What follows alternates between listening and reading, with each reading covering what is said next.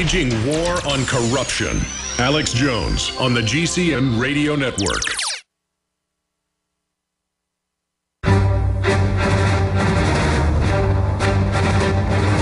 Big Brother, mainstream media, government cover-ups.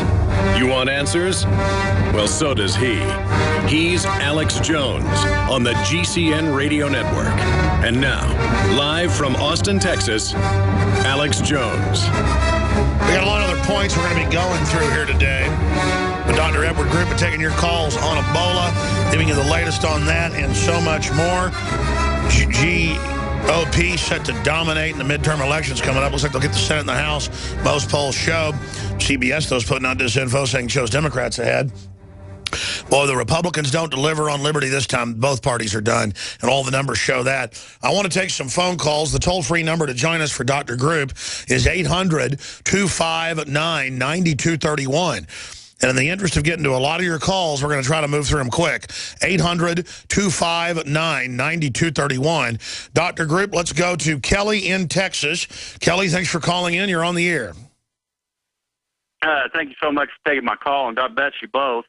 I've been doing a lot of research on this Ebola, and I've read that where, of course, you've already said colloidal silver is a good combatant to take, and also that I read, and I wondered if Dr. Group had heard about this natural ingredient found in foods that we eat is called selenium that could also help, and also it's awful blatant that they bring patient zero over here right at the beginning of the flu inoculation season, and that Ebola uses the immune system against itself. That's how it works.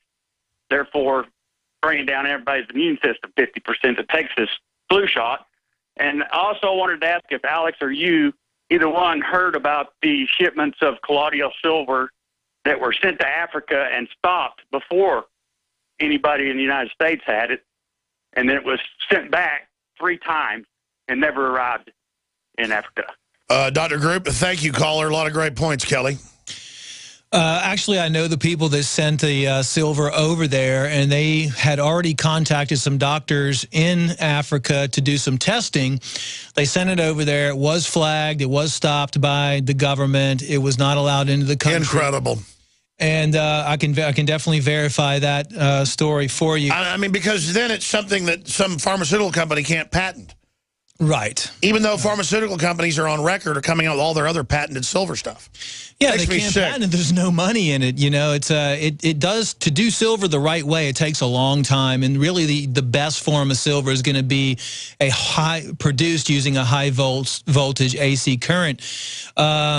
So it's definitely something that I would put at the highest point on the list. You mentioned selenium. I would also say zinc. You know, selenium and zinc are really good for the immune system. You should stock up on those as well. There's a lot of different things out there. Vitamin C. What fruit is the best overall to just give you a lot of stuff? Acai fruit.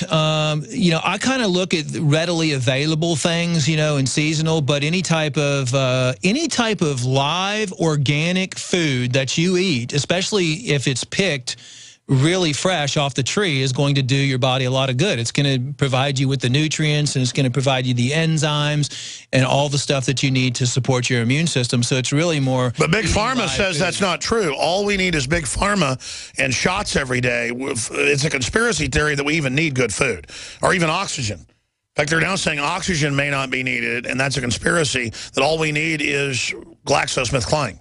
Well, it's just like the USDA and the government approving Dow's new herbicide yesterday or the day before, the 2,4-D, the mixture with glyphosate, after there was 80,000 scientists that wrote in, and all kinds of congressmen, too, to try to get it banned. And what do? They approve it. So, you know, the design is for them to create these chemicals, create these endocrine disruptors, create all these things to actually cause you to become ill, cause your immune system to go down, so they can go on the back end and prescribe you medications, you know, doctor's visits, stuff that addresses doesn't ever address the root cause, only addresses the symptoms and causes you to be in a dependency state to depend on everything they do is about the welfare, all of it. Be dependent on them.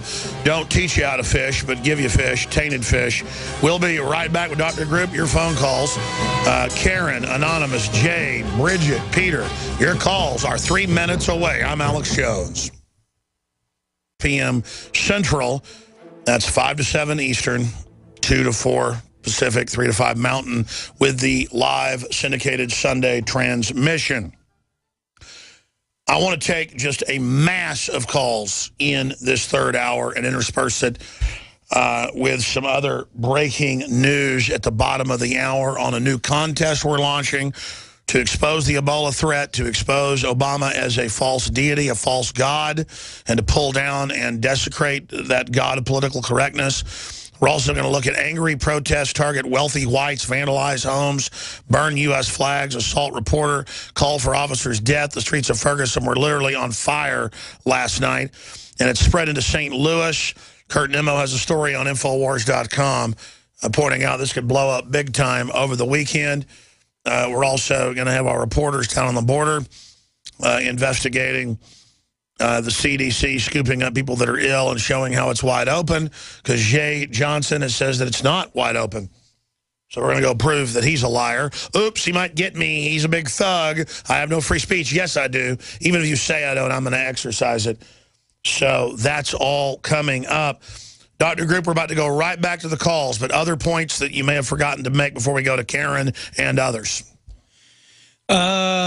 Well, I mean, no really other points that except for the fact that we just need to watch this whole Ebola thing really closely to determine, you know, what's going on. I try not to be fearful and try not to create any fear-mongering or anything, but probably my greatest fear, if you want to call it a fear, is if we get to the point where they're coming door to door and they're quarantining, because then you're helpless unless, you know, there's a mass revolution and we, you know, resist that.